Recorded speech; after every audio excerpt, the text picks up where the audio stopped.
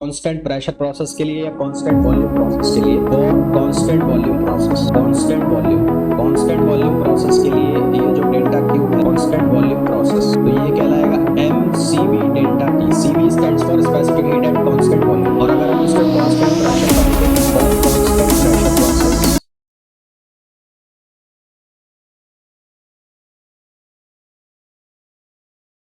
Thermodynamic equilibrium. तो thermodynamic equilibrium का मतलब होता है जब भी कोई थर्मोडायनेमिक वेरिएबल यानी कि थर्मोडायनेमिक प्रॉपर्टी जब कोई स्टेडी स्टेट अटेन करती है, तो वो टाइम से क्या हो जाती है, इंडिपेंडेंट हो जाती है। वो टाइम से इंडिपेंडेंट हो जाती है और उस कंडीशन को क्या कहा जाता है, उस कंडीशन को कहा जाता है सिस्टम जो है वो थर्मोडायनेमिक इक्विलिब्रियम में। थर्मोडायनेमिक इक्विलिब्रियम में होने के लिए फॉलोइंग कंडीशंस होनी चाहिए। थर्मोडायनेमिक कोई सिस्टम अगर थर्मोडायनेमिक इक्विलिब्रियम में है तो इसका मतलब है कि वो मैकेनिकल इक्विलिब्रियम में भी है, वो थर्मल इक्विलिब्रियम में भी है और वो केमिकल इक्विलिब्रियम में भी है। तो if a system is in thermodynamic equilibrium, if a system is in thermodynamic equilibrium, then it would be also, then it must be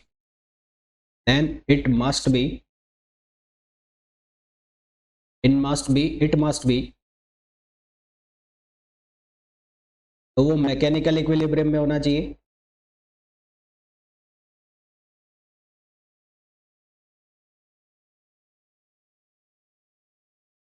mechanical equilibrium, second thermal equilibrium,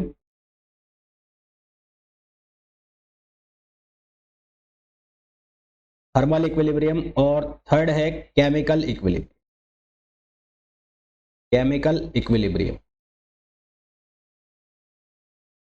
सबसे पहले ये समझते हैं कि मैकेनिकल इक्विलिब्रियम का मतलब क्या है। मैकेनिकल इक्विलिब्रियम का मतलब है कि सिस्टम में जब वो अपनी इक्विलिब्रियम स्टेट अटेन करे तो जो प्रेशर है वो प्रेशर की वैल्यू थोरोली क्या हो जानी चाहिए, सेम हो जानी चाहिए। तो pressure should be same. Mechanical equilibrium का मतलब है प्रेशर, और प्रेशर का इनडायरेक्टली मतलब है force should be same at all points.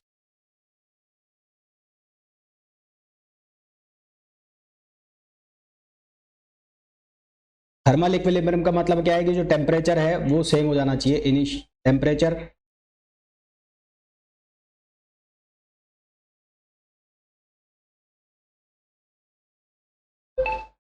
Temperature should be same. और उसके बाद केमिकल इक्विलिब्रियम का मतलब है कि जब सिस्टम थर्मोडायनेमिक इक्विलिब्रियम में पहुंच गया है तो किसी भी तरह की कोई केमिकल रिएक्शंस नहीं होनी चाहिए। केमिकल डिफ्यूजिटी का मतलब होता है मास फ्लो रेट, तो वो क्या हो जानी चाहिए, सेम हो जानी चाहिए। There should be no chemical reaction, there should be no chemical reaction और थर्मल डिफ्यूजिटी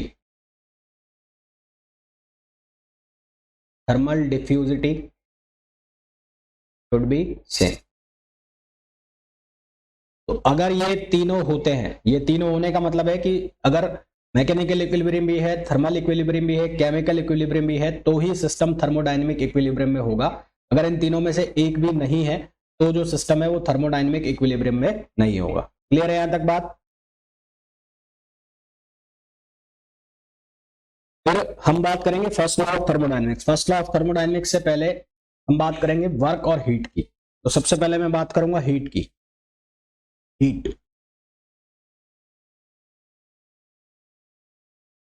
हीट को हम लिखेंगे डेल क्यू से। तो हीट का मतलब क्या है, energy transfer.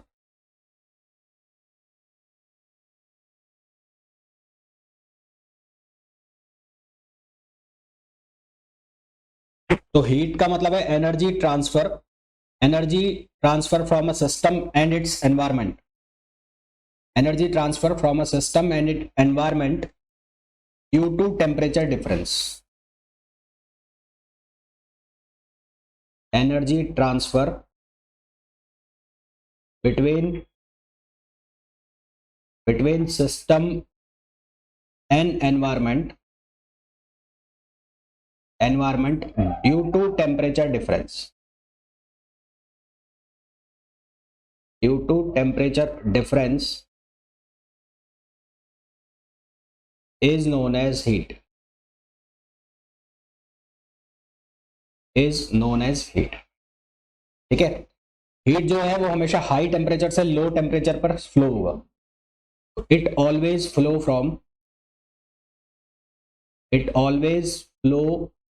From high temperature to low temperature. ये हमेशा हाई टेम्परेचर से लो टेम्परेचर पर फ्लो होगा. हीट एक पाथ फंक्शन है. It is not a point function, it is a path function.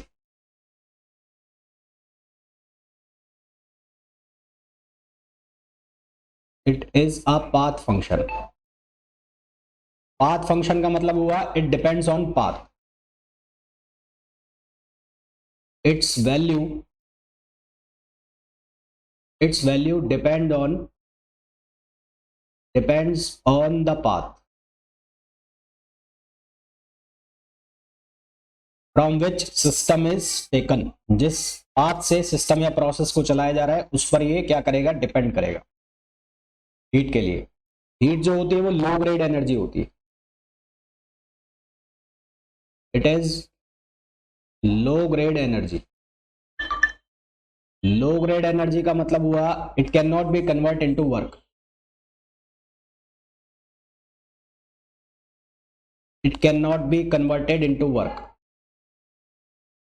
फिर इसके बाद क्या चीज आती है कि जो हीट है वो एक स्केलर क्वांटिटी है. Heat is a scalar quantity और इसकी अगर हम यूनिट की बात करें, it is a scalar quantity. It is a scalar quantity.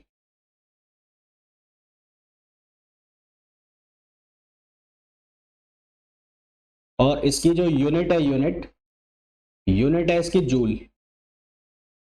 और कैलोरी में इसकी यूनिट है. और कैलोरी और जूल में अगर हम रिलेशन लिखे तो 1 कैलोरी इक्वल्स टू होता है 4.2 जूल. कई जगह 4.18 भी लिखा होगा, 4.2 जूल भी लिखा होगा. साइन कन्वेंशन की अगर बात की जाए, साइन कन्वेंशन, तो हमारे पास यदि कोई सिस्टम है, ये सिस्टम है, तो heat given to the system is taken as positive. अगर हीट सिस्टम को दी जा रही है तो वो पॉजिटिव ली जाएगी. और heat given by system, heat out, इसको लिया जाएगा नेगेटिव. तो heat given to the system, given to system,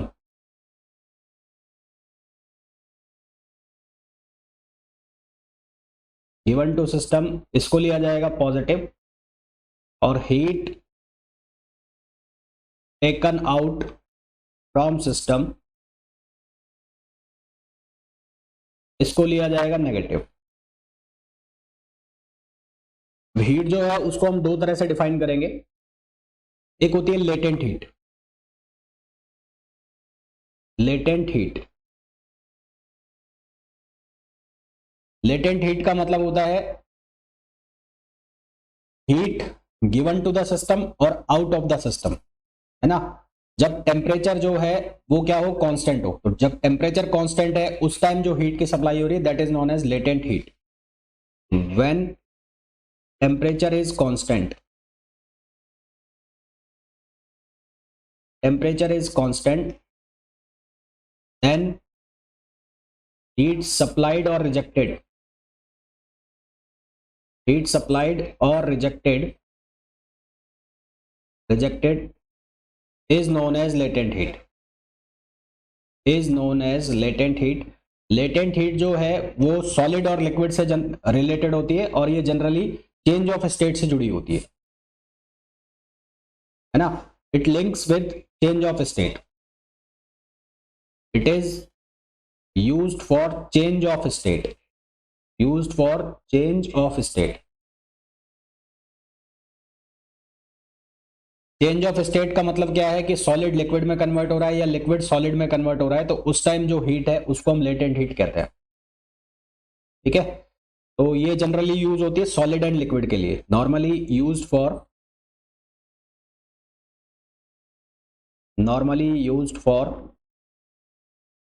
solid and liquid, solids and liquids के लिए यूज होती है। इसकी जो वैल्यू है वो लिखी जाती है Q equals to ml। m का मतलब होता है मास और L का मतलब होता है लेटेंट हीट। ये जो L है इसकी वैल्यू फिक्स है, इसकी जो वैल्यू है वो फिक्स है, आइस के लिए इसकी वैल्यू फिक्स है, और जो सॉलिड है उसके लिए मतलब लिक्विड जो है उसके लिए इसकी वैल्यू फिक्स है। जैसे आइस के लिए अगर हम बात करें तो आइस के लिए इसकी वैल्यू होती है 80 कैलोरी पर किलोग्राम पर ग्राम, और अगर हम आइस के लिए बात करें तो शायद 2256 किलो जूल में होती है। क्वेश्चन करेंगे जब क्लियर हो जाएगा, अभी मेरे को एग्जैक्टली वैल्यू ध्यान नहीं है। फिर एक हीट जो होती है जो टेम्परेचर से रिलेटेड होती है उसको हम कहते हैं सेंसिबल हीट। दूसरी एक हीट होती है जिसको हम कहते हैं सेंसिबल हीट। सेंसिबल हीट का मतलब क्या है, heat linked with temperature difference, heat linked with temperature difference.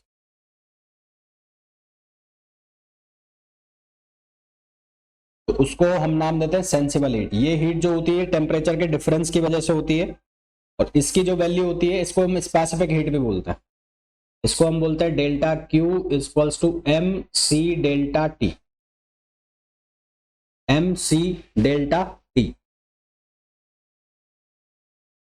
जहां एम का मतलब है मास, सी का मतलब है स्पेसिफिक हीट कांस्टेंट, और डेल्टा टी का मतलब है temperature heat.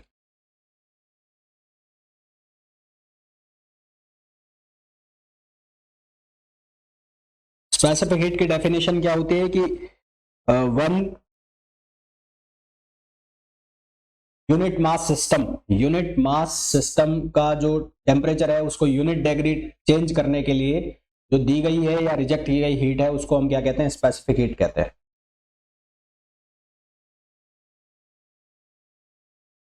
Constant pressure process के लिए या कांस्टेंट वॉल्यूम प्रोसेस के लिए, तो for constant volume process, constant volume process के लिए ये जो डेल्टा क्यू है, constant volume process,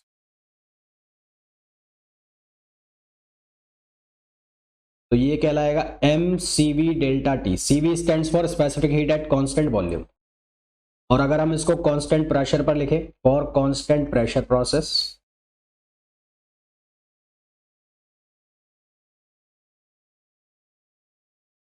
constant pressure,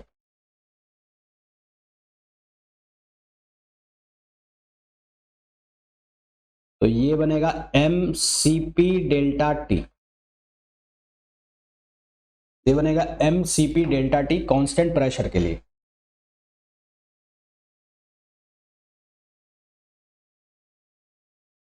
यहां पर जो सीपी और सीवी लिखा हुआ है, हालांकि इनको हम बाद में भी पढ़ेंगे, इन दोनों के बीच में एक रिलेशन होता है। क्या रिलेशन होता है, गामा।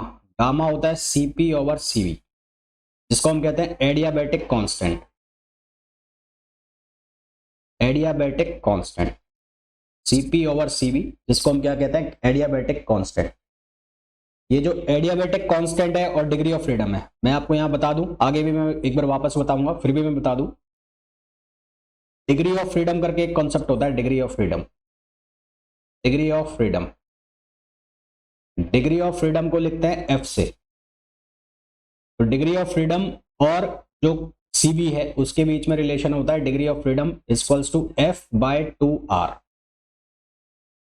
सीबी इक्वल्स टू होता है एफ बाय 2r, ठीक है, एफ बाय 2r। और मेयर्स का रिलेशन होता है CP minus CV equals to R, CP minus CV equals to R. तो यहां से जब हम वैल्यू रखते हैं minus F R upon 2 equals to R, तो सीपी की वैल्यू बनती है R plus F R by 2।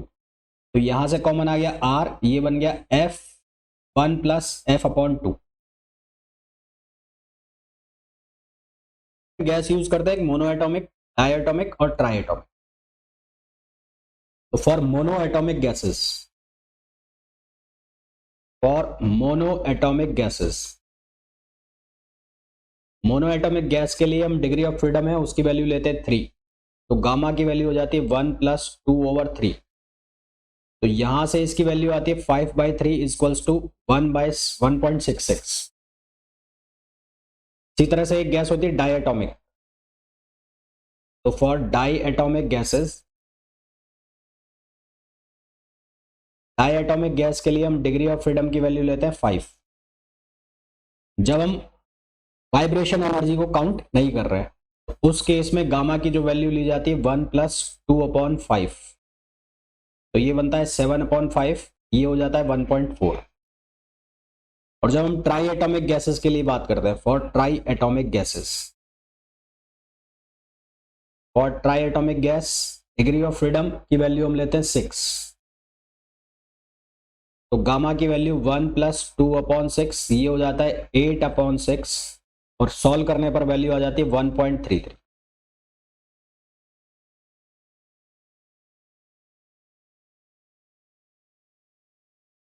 तो ये तो बात हो गई किसकी, हीट की। ठीक है, ये सब किसकी बात हो गई, हीट की। एक चीज और मैं लिख देता हूं यहां पर, heat is a boundary phenomena. Boundary phenomena मतलब कि ये बाउंड्री कंडीशंस, बाउंड्री के ऊपर होगा, मतलब चेंज हो रहा होगा ना कोई स्टेट, तब वहां पर होगा, तो it is a boundary phenomena.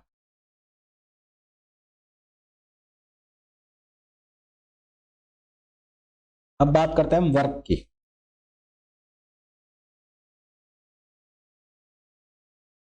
Work,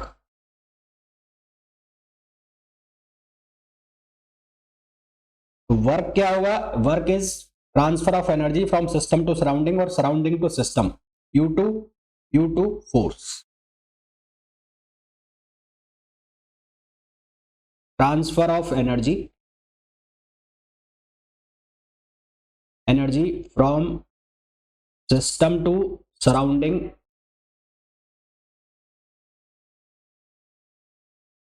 transfer of energy between system and surrounding, ये लिख देता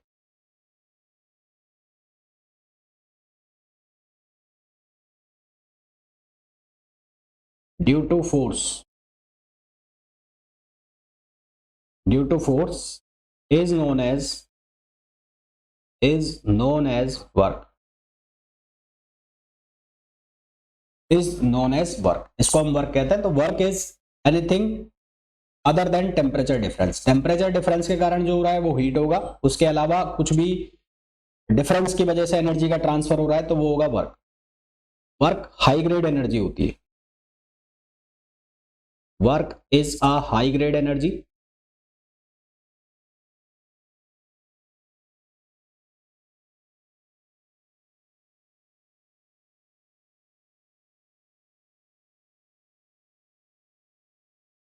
work is high grade energy, ये एक हाई ग्रेड एनर्जी होती है। दूसरी चीज क्या हुई कि जिस तरह से हीट एक बाउंड्री फिनोमेना है, उसी तरह से वर्क भी एक क्या होता है, boundary phenomena. Work is a boundary phenomena.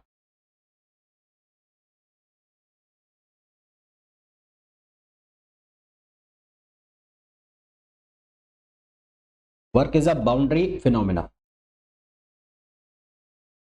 Unit इसकी भी सेम है जैसे कि हीट की होगी जूल, इस वैसे ही यहां पर इसकी यूनिट भी क्या होगी, जूल। 1 कैलोरी इक्वल्स टू होगा 4.18 जूल, और या फिर 4.20 joule.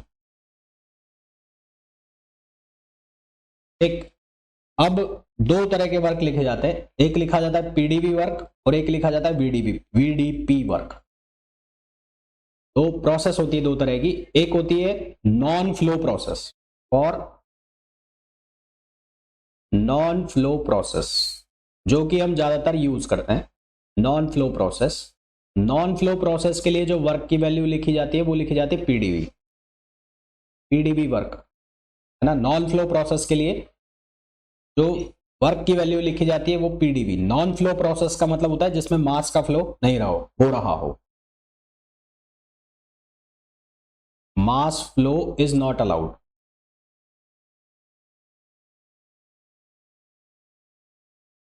Mass flow not allowed मतलब क्लोज सिस्टम की बात हो रही है, क्लोज सिस्टम। आप इसको ऐसा भी समझ सकते हो, क्लोज सिस्टम,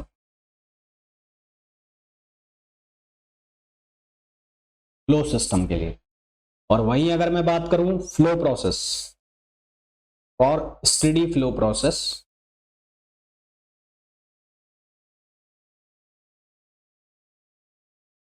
और स्टेडी फ्लो प्रोसेस, इसके लिए जो वर्क है वो लिखा जाता है वीडीपी, माइनस वीडीपी।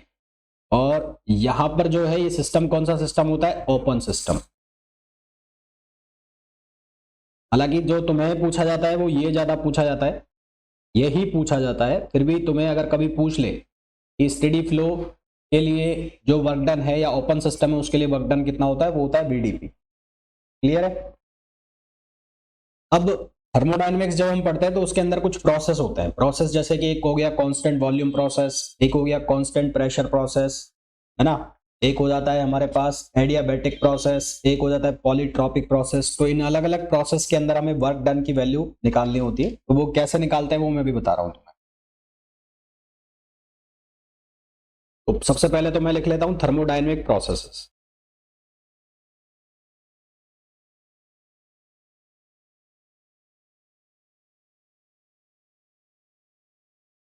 तो सबसे पहली प्रोसेस मैं लिख रहा हूं constant volume, constant volume process. Constant volume, constant volume process को और हम नाम देते हैं आइसोकोरिक और आइसोमेट्रिक। इसको हम और नाम देते हैं आइसोकोरिक,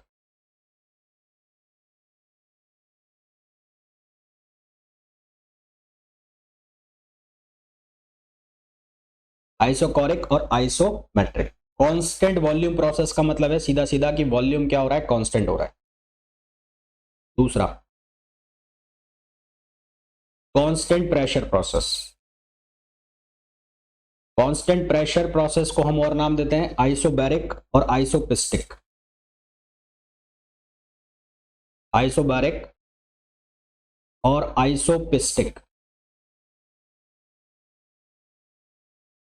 इसके अंदर जो प्रेशर है वो क्या हो जाएगा, कांस्टेंट हो जाएगा। थर्ड प्रोसेस हम लिखते हैं constant temperature, constant temperature, constant temperature को हम नाम देते हैं isothermal process, isothermal process. Isothermal के लिए क्या होगा, टेम्परेचर की वैल्यू क्या हो जाएगी, कांस्टेंट हो जाएगी। फोर्थ आता है हमारे पास adiabatic process, adiabatic process. Adiabatic process जो है जिसके अंदर हीट की वैल्यू जीरो हो जाएगी उसको हम कहेंगे एडियाबैटिक। और एक होता है पॉलीट्रॉपिक प्रोसेस,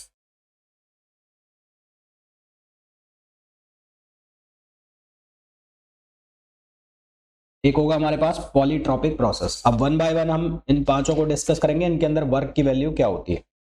सबसे पहले मैं बात करूंगा कांस्टेंट वॉल्यूम प्रोसेस।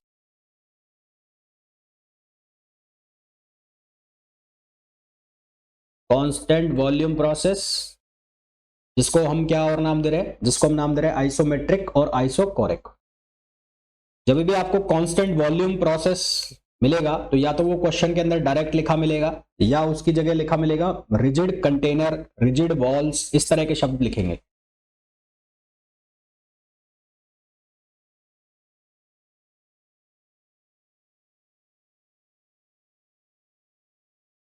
जिसकी जो बाउंड्री है वो मूवेबल ना हो, जिसकी बाउंड्री फिक्स हो जाए। बाउंड्री फिक्स हो जाएगी तो वॉल्यूम क्या हो जाएगा, फिक्स हो जाएगा। तो कांस्टेंट वॉल्यूम शब्द जब भी आएगा तो कांस्टेंट वॉल्यूम का मतलब है मीन्स रिजिड कंटेनर,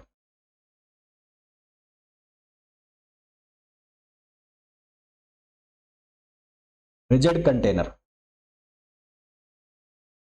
ठीक है।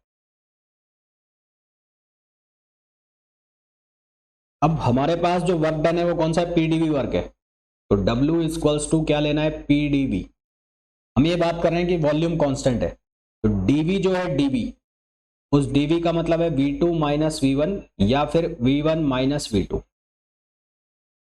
सिंस वॉल्यूम कांस्टेंट है, वॉल्यूम कांस्टेंट है, इसका मतलब V1 इक्वल्स टू क्या हो गया V2, तो dV की वैल्यू कितनी हो गई 0,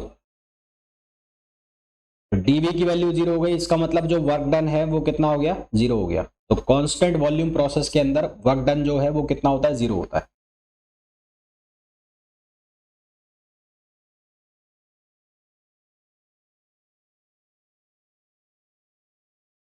कांस्टेंट वॉल्यूम में वर्क डन जो है वो कितना होता है 0। Clear?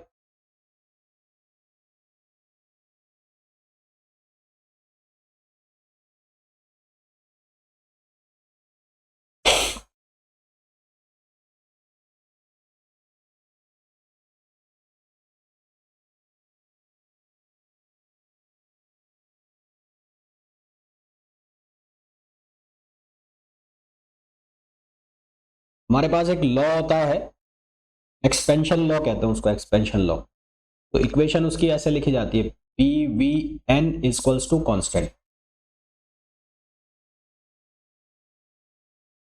P V N equals to constant. तो फॉर कांस्टेंट वॉल्यूम, तो फॉर कांस्टेंट वॉल्यूम इस एन की वैल्यू है वो लिखी जाती है इनफाइनाइट, क्योंकि एन की वैल्यू जब हम इनफाइनाइट लिखेंगे उसी केस में जो है वॉल्यूम क्या होगा, कांस्टेंट होगा, अदरवाइज वॉल्यूम कांस्टेंट नहीं होगा। ठीक है?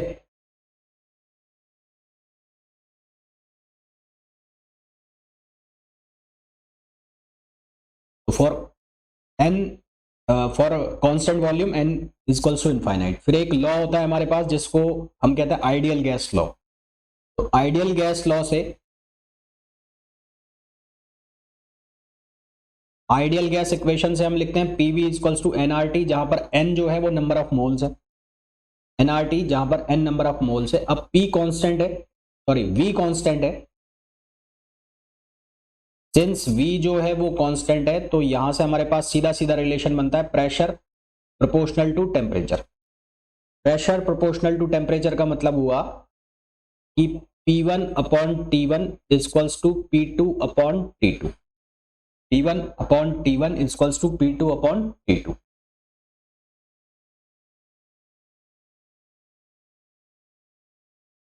यदि इसको मेरे को ग्राफ पर शो करना हो, किसको, कांस्टेंट वॉल्यूम को, तो पीवी ग्राफ अगर मैं बनाता हूं, कौन सा ग्राफ बनाता हूं, पीवी ग्राफ। पीवी ग्राफ पर क्योंकि वॉल्यूम कांस्टेंट है, वॉल्यूम कांस्टेंट है तो एक लाइन आएगी पैरेलल टू वाई एक्सेस, एक लाइन आएगी पैरेलल टू वाई एक्सेस। अगर इस लाइन पर एरो नीचे की तरफ जा रहा है, अगर इस लाइन पर एरो नीचे की तरफ जा रहा है या ऊपर की तरफ जा रहा है, तो यहां से हमें पता लगेगा कि जो प्रोसेस है वो एक्सपेंड हो रही है या कंप्रेस्ड हो रही है, या हीट सप्लाई हो रही है और हीट रिजेक्ट हो रही है, तो ये यहां से हमें पता लगेगा। अगर हमें पूछा जाए कि एग्जाम्पल क्या होता है कांस्टेंट वॉल्यूम प्रोसेस का, तो कांस्टेंट वॉल्यूम प्रोसेस का एग्जाम्पल होता है प्रेशर कुकर।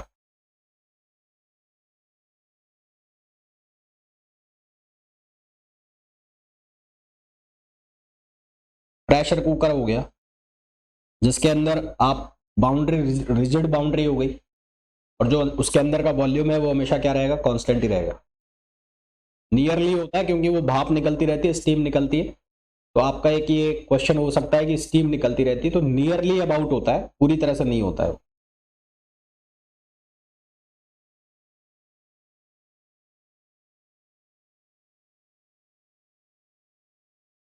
तो यहां से जो क्वेश्चन बन सकते हैं कांस्टेंट वॉल्यूम के, सीधे सीधे क्वेश्चन ये बन सकते हैं कि कांस्टेंट वॉल्यूम प्रोसेस के लिए वर्क डन की वैल्यू क्या होती है, कांस्टेंट वैल्यू प्रोसेस के लिए जो एन है, जो इंडेक्स है, इसकी वैल्यू कितनी होती है, और कांस्टेंट वॉल्यूम प्रोसेस जिसको गैलुसाक प्रोसेस भी कहते हैं, गैलुसाक, इस प्रोसेस के अंदर जो प्रेशर है वो टेम्परेचर के प्रोपोर्शनल हो जाता है, यानी कि P1 upon T1 equals to P2 upon T2, और P और V के बीच में ग्राफ बनाया जाता है, तो प्लॉट किया जाता है, तो एक सीधी स्ट्रेट लाइन हमें मिलती है। इस प्रोसेस के लिए वर्क डन हमें निकालना है, तो वर्क डन की वैल्यू यहां पर होगी PdV। प्रेशर कांस्टेंट हो गया, प्रेशर कांस्टेंट हो गया तो वर्क डन जो हो जाएगा वो हो जाएगा PV2 minus V1। PV2 minus V1। अगर इसके लिए हम PVn इक्वल्स टू कॉन्स्टेंट वाला लॉ लगाएं तो यहां पर n की वैल्यू होती है कितनी, 0। n की वैल्यू 0 करोगे तभी P कांस्टेंट होगा।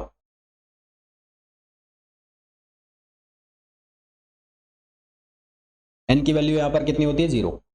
और क्योंकि PV इक्वल्स टू nRT है, PV इक्वल्स टू क्या है, nRT। अब आपने प्रेशर को कर दिया कांस्टेंट, प्रेशर को कांस्टेंट कर दिया तो यहां से V प्रोपोर्शनल क्या हो जाता है, T। तो V प्रोपोर्शनल टू T का मतलब है V1 upon T1 equals to V2 upon T2।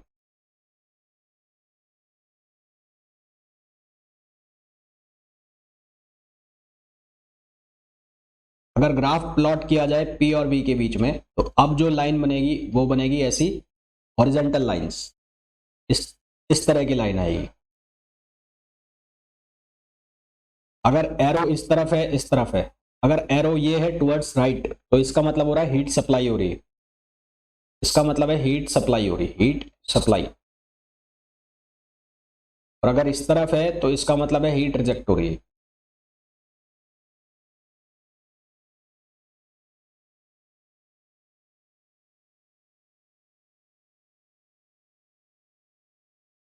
इसके जो एग्जाम्पल हो सकते हैं, इसके एग्जाम्पल क्या हो सकते हैं, boiling of water to steam, boiling of water. दूसरा हो सकता है freezing of water, freezing of water to ice, freezing of water to ice. एक और लिख सकते हो कि steam generation is always occurs at constant pressure.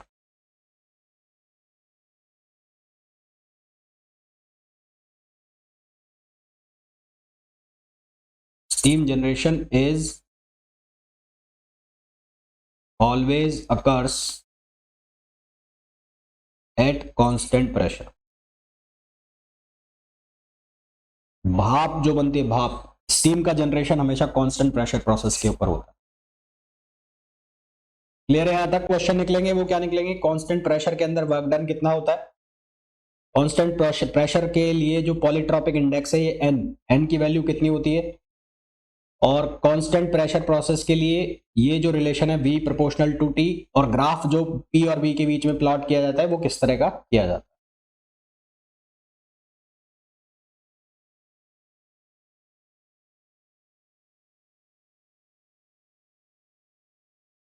Next topic पे आओ। नेक्स्ट है आइसोथर्मल प्रोसेस और constant pressure process, constant temperature, sorry, constant temperature और isothermal process.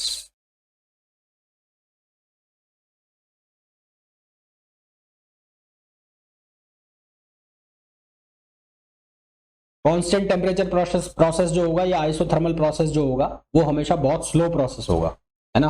It is a very slow process.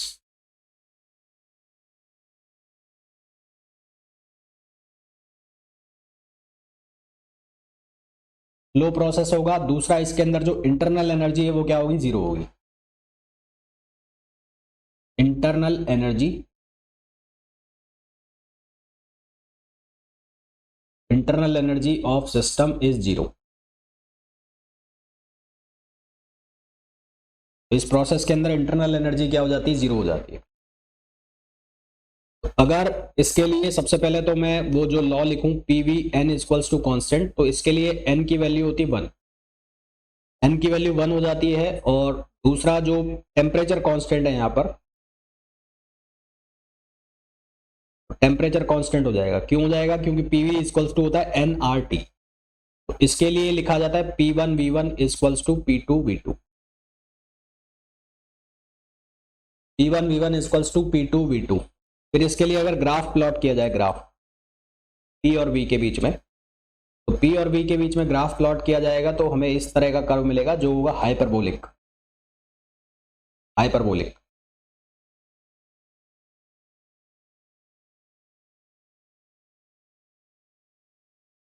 Hyperbolic को हिंदी में कहते हैं अति परवलिक। क्वेश्चन पूछ लिया जाता है कि जो कांस्टेंट टेम्परेचर प्रोसेस है, उसके लिए पी और वी का ग्राफ किस तरह का होता है, किस तरह का होता है, हाइपरबोलिक। कई बार हाइपरबोलिक ना लिखकर ऐसा लिखा मिलेगा रेक्टेंगुलर हाइपरबोला।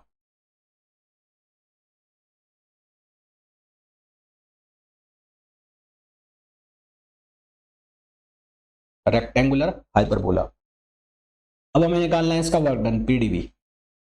तो इसका पीडीवी वर्क डन जो हम कैसे निकालेंगे, W इक्वल्स टू क्या होता है, पीडीवी।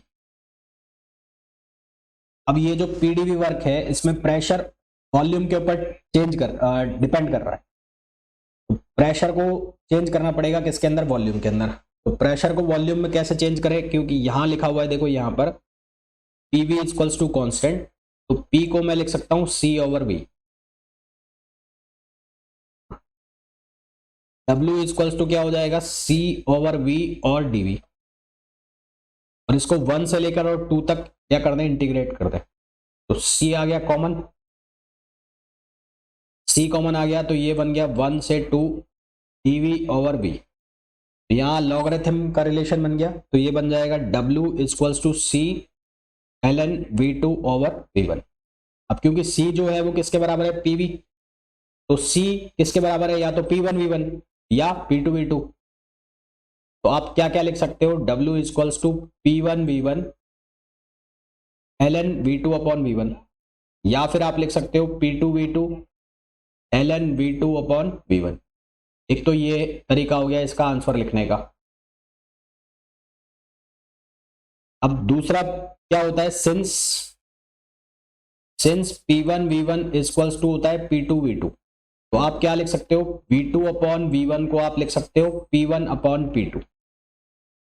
v2 अपॉन v1 को आप क्या लिख सकते हो, P1 अपॉन P2। तो यहां से W की वैल्यू को आप ये भी लिख सकते हो P1 v1 ln P1 upon P2, या ऐसा लिख सकते हो P2 v2 ln P1 upon P2। फर्क है, जो टेम्परेचर है वो कांस्टेंट है, तो सिंस PV इक्वल्स टू होता है nRT। तो अगर आप टेम्परेचर के फॉर्म में लिखना चाहते हो तो ये वर्क डन का फॉर्मूला ऐसे भी लिख सकते हो, nRT ln V2 upon V1, या फिर nRT ln P1 upon P2। तो ये सारे वर्क डन के फॉर्मूला होते हैं किसके केस में, कांस्टेंट टेम्परेचर के केस में या आइसोथर्मल के केस में। क्लियर है यहां तक। नेक्स्ट आता है एडियाबेटिक प्रोसेस।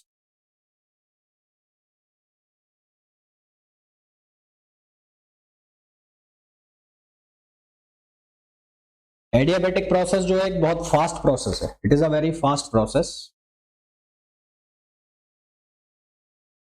ये एक बहुत फास्ट प्रोसेस है।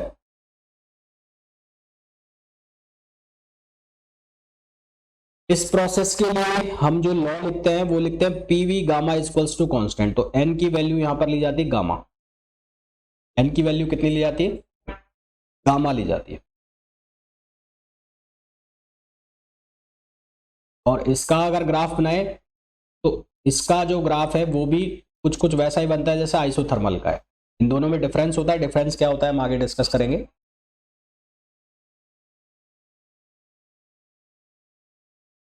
इसके एग्जाम्पल क्या होते हैं, बस्टिंग ऑफ सिलेंडर, सिलेंडर का फटना। एक आइसो जो सिलेंडर अगर फटता है हमारे घर में या जो रसोई गैस का सिलेंडर है वो फट जाता है तो वो एडियाबेटिक प्रोसेस होती है। साइकिल के या किसी गाड़ी के टायर का फटना वो भी एडियाबेटिक प्रोसेस है। Bursting of cylinder, bursting of cylinder और बस्टिंग ऑफ टायर,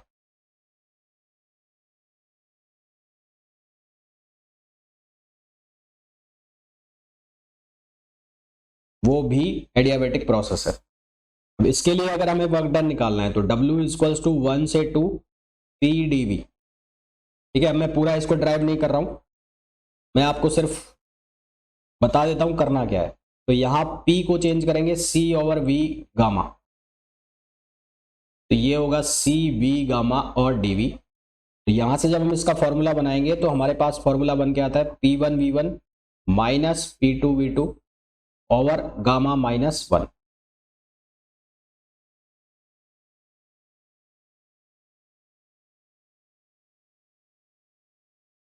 और अगर इसको हम टेम्परेचर के फॉर्म में लिखना चाहते हैं, टेम्परेचर के फॉर्म में हम कैसे लिख सकते हैं, पीवी बराबर होता है एनआरटी, तो इसको हम टेम्परेचर के फॉर्म में भी लिख सकते हैं, NR T1 minus T2 over gamma minus 1।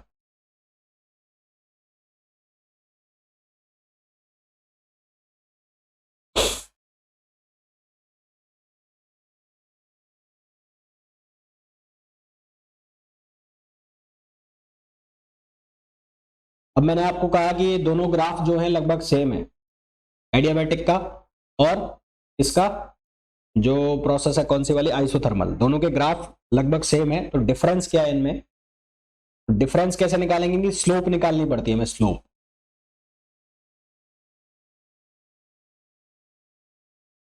तो स्लोप ऑफ आइसोथर्मल कर्व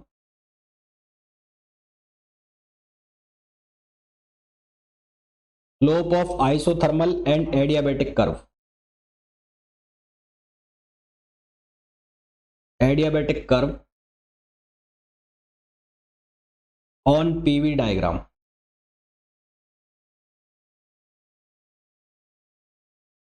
देखो सबसे पहले मैं लिख रहा हूं आइसोथर्मल के लिए, तो आइसोथर्मल के लिए पीवी इक्वल्स टू क्या है, कांस्टेंट है। तो इसका अगर हम पार्शियल डिफरेंशिएशन करें, तो पार्शियल डिफरेंशिएशन करेंगे तो क्या आएगा, PdV plus VdP equals to 0। तो यहां से क्या बनेगा, यहां से बनेगा PdV equals to minus of VdP, और PdV equals to minus VdP बन गया। तो यहां से स्लोप जो है कर्व की वो क्या होगी, डीपी अपॉन डीवी। तो डीपी अपॉन डीवी किसके बराबर होगा, माइनस पी अपॉन वी। ये आ गई स्लोप, इसकी आ गई, आइसोथर्मल की आ गई। फिर निकालना है एडियाबैटिक के लिए, एडियाबैटिक के लिए निकालना है। एडियाबैटिक के लिए क्या है, PV gamma equals to constant, इसका पार्शियल डिफरेंशिएशन करो। इसका पार्शियल डिफरेंशिएशन करोगे तो V gamma TP plus gamma V gamma minus 1, और पी ऐसा का ऐसा रहेगा, और डीवी इक्वल्स टू 0 हो जाएगा। इसको जब हम सॉल्व करेंगे तो हमारे पास डीपी अपॉन डीवी जो बनेगा वो बनेगा gamma DP upon DV. Gamma जो होता है यानी कि एडियाबैटिक कांस्टेंट, उसकी वैल्यू हमेशा 1 से ज्यादा होती है, since gamma is always greater than 1, gamma की वैल्यू हमेशा 1 से ज्यादा होती है। ये गामा पी अपॉन वी आएगा।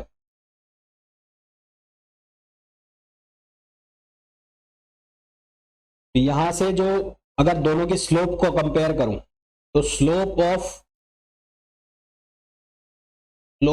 Adiabatic curve, slope of adiabatic curve वो गामा टाइम्स ज्यादा होगी किसके, स्लोप ऑफ आइसोथर्मल के।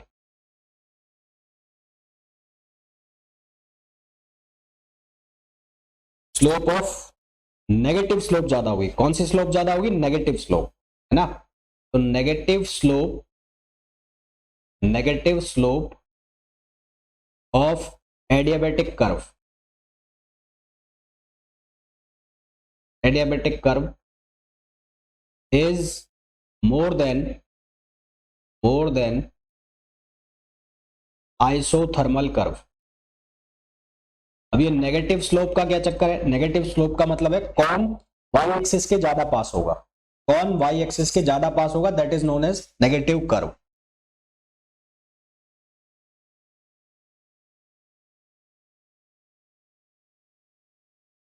मतलब इन दोनों को मैं एक ही कर्व पर ड्रॉ करता हूं, इसको P और V पे, तो मैं एक पॉइंट से दो प्रोसेस चलाऊं, एक प्रोसेस मैंने ये चलाया और एक प्रोसेस मैंने ये चलाया।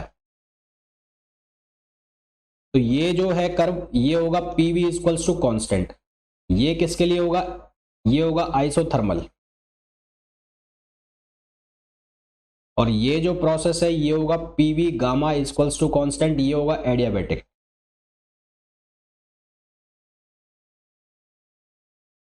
इन दोनों की अगर स्लोप ड्रॉ करते हो, स्लोप, तो इसकी स्लोप ये आ गई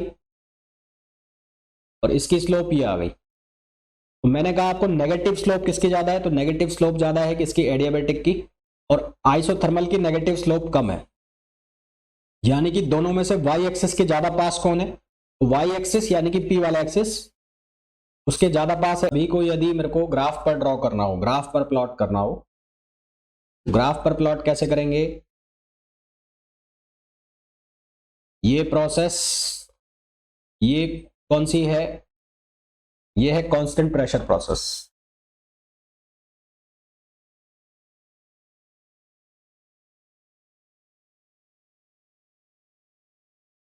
ये है कांस्टेंट वॉल्यूम।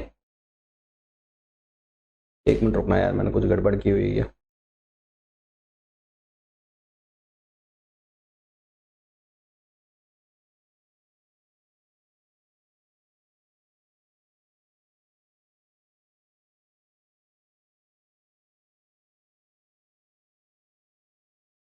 हाँ, ये कांस्टेंट वॉल्यूम है,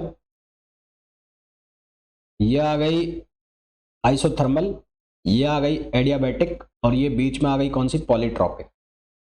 तो यहां पर क्या है, P इक्वल्स टू कॉन्स्टेंट है, यहां क्या है, V इक्वल्स टू कॉन्स्टेंट है, ये है PV इक्वल्स टू कॉन्स्टेंट, ये है PVN इक्वल्स टू कॉन्स्टेंट, और ये है PV gamma equals to constant.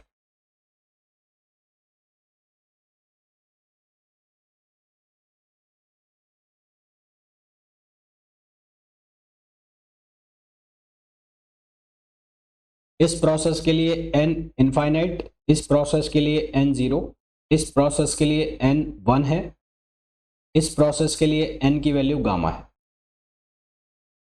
अब अगर मैं कहूं कि सबसे ज्यादा जो वर्क डन है वो किस में आ रहा है,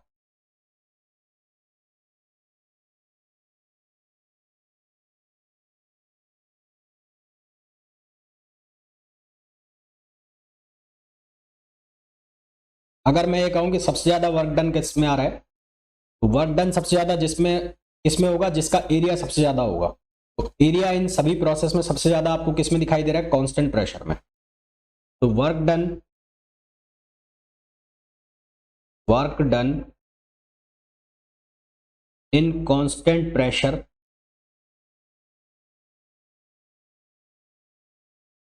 is maximum,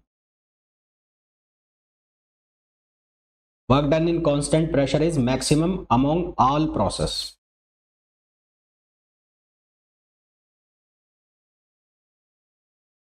ठीक, और फिर अगर साइन कन्वेंशन की बात की जाए तो वर्क डन बाय सिस्टम हम लेंगे पॉजिटिव, और वर्क डन ऑन सिस्टम हम लेंगे नेगेटिव।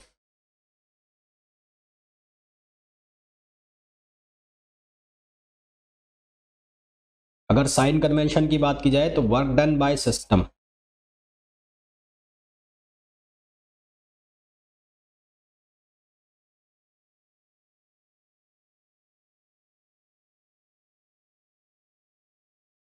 और वर्क डन ऑन सिस्टम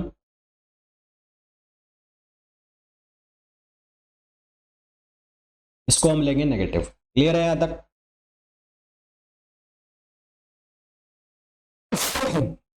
अब चलो कुछ क्वेश्चन किए जाए पहले, उसके बाद फिर आगे डिस्कस करेंगे।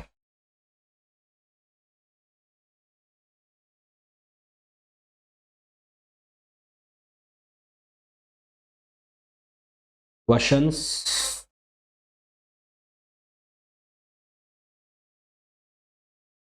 Question number 1, a thermodynamic system, a thermodynamic system is taken through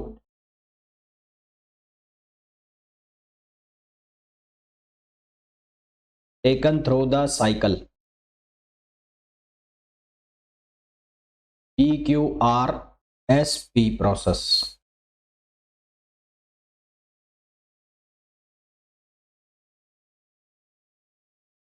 The net work done by the system is, the net work done by the system is,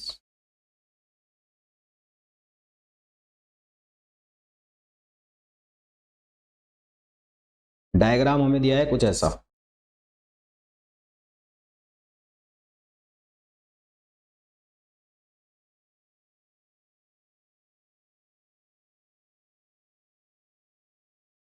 ये हो गया P, ये हो गया Q, ये हो गया R, ये हो गया S।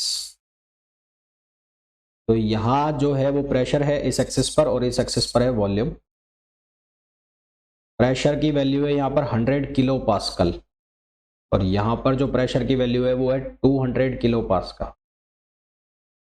वॉल्यूम यहाँ पर दिया हुआ है 100 सीसी और यहाँ पर जो वॉल्यूम दिया हुआ है वो 300 सीसी। सीसी का मतलब सेंटीमीटर क्यूब। फ्लो जो हो रहा है वो ऐसे हो रहा है, फ्लो चल रहा है एंटी क्लॉकवाइज। हमें वर्क की वैल्यू बतानी है। ऑप्शंस हमें दिए हैं।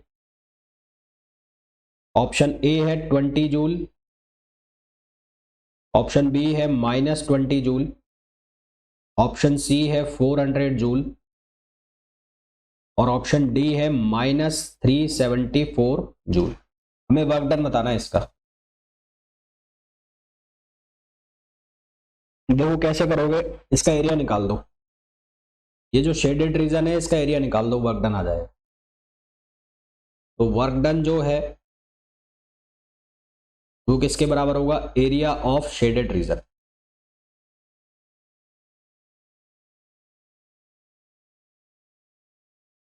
इसका एरिया कितना हो जाएगा, ये हो जाएगा 300 माइनस 100 और ये सेंटीमीटर क्यूब है यानी कि 10 पावर -6 कर दो मीटर क्यूब में कन्वर्ट करने के लिए। और एक हो जाएगा 200 माइनस 100, 200 माइनस 100 किलो पास्कल है तो इसको लिख दो 10 पावर 3। तो आंसर आएगा यहां से 20 जूल। अब ये 20 जूल आंसर है या नहीं है ये कैसे चेक करोगे। देखो ये जो फ्लो हो रहा है ये एंटी क्लॉकवाइज है, एंटी क्लॉकवाइज है इसका मतलब है वर्क डन नेगेटिव। अगर ये क्लॉकवाइज होता तो वर्क डन होता पॉजिटिव। तो since direction of process is anti clockwise,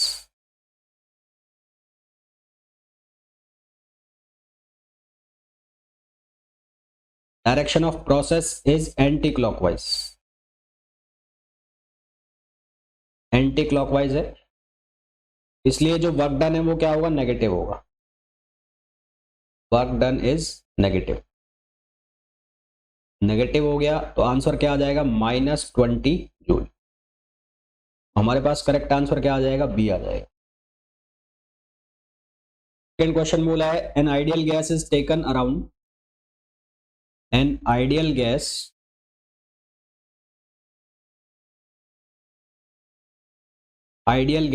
is taken around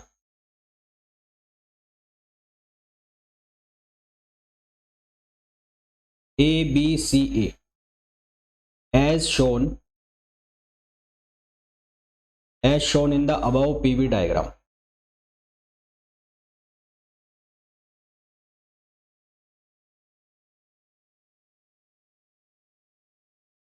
The work done during a cycle is,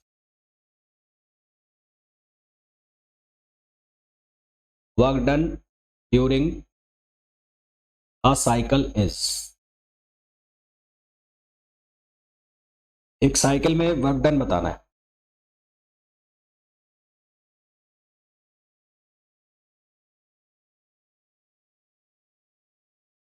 कुछ इस तरह का हमें डायग्राम दिया है।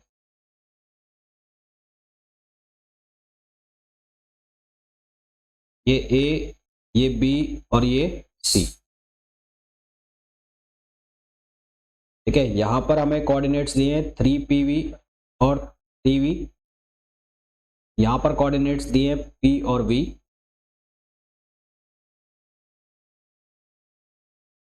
और यहां पर जो कोऑर्डिनेट्स दिए हैं वो P और 3V। तो वर्क डन जो होगा वो क्या होगा, area under this diagram. Options में बता देता हूं। ऑप्शन ए है 2PV,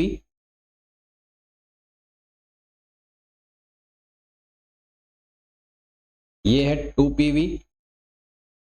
एक ऑप्शन दिया है PV और एक 1/2PV और ऑप्शन डी है 0। क्या आंसर आएगा बताओ, एरिया निकालना है, area.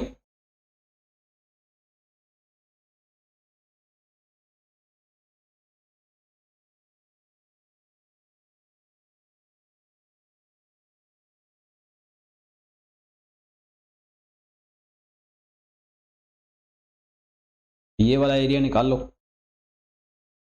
Half base into height, base जो है वो किसका कितना हो जाएगा, बेस हो जाएगा 3b माइनस वी, और हाइट जो है वो कितनी हो जाएगी, हाइट हो जाएगी 3p माइनस पी। तो 1/2 2v इंटू 2p, तो 2 से 2 कैंसिल हो गया तो आंसर आ जाएगा 2pv। अब यहां पर कुछ हमें गिवन है नहीं, 2pv आएगा ना यार, गलत कर रहे हो यार।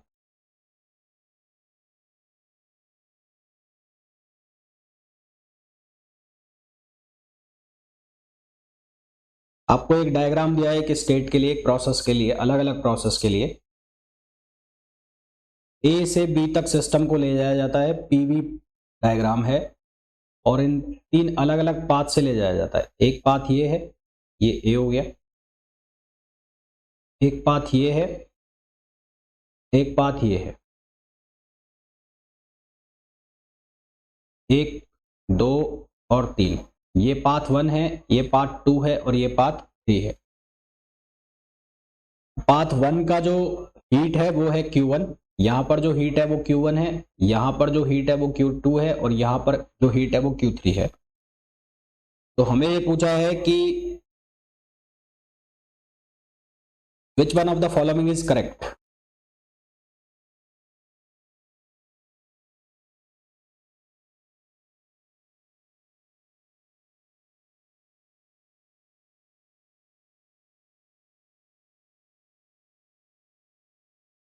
पहला ऑप्शन है Q1 less than Q2 less than Q3, दूसरा ऑप्शन है Q1 less than Q2 equals to Q3, तीसरा ऑप्शन है Q1 greater than Q2 equals to Q3, और चौथा ऑप्शन है Q1 greater than Q2 greater than Q3। बताओ क्या answer आएगा।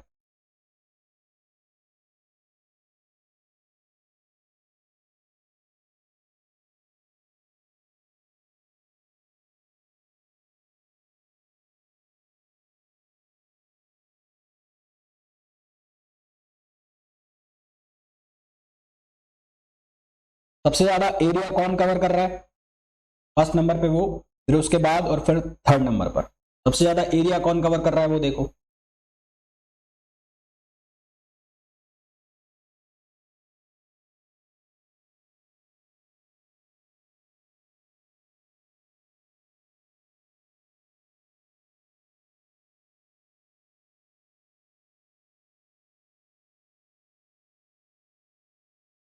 सबसे ज्यादा जो एरिया है वो Q3 के नीचे आएगा, थर्ड पाथ के नीचे, फिर सेकंड पाथ के नीचे और फिर फर्स्ट पाथ के नीचे। तो एरिया कवर्ड सबसे ज्यादा किसके लिए आएगा, और पाथ 3, फिर किसके लिए आएगा पाथ 2, और फिर किसके लिए आएगा पाथ 1। तो इसका मतलब सबसे ज्यादा हीट किस में आ गई Q3, फिर किस में आ गई Q2, और फिर किस में आ गई Q1। तो हमारे पास जो करेक्ट आंसर आ जाएगा वो कौन सा आ जाएगा, ए आ जाएगा।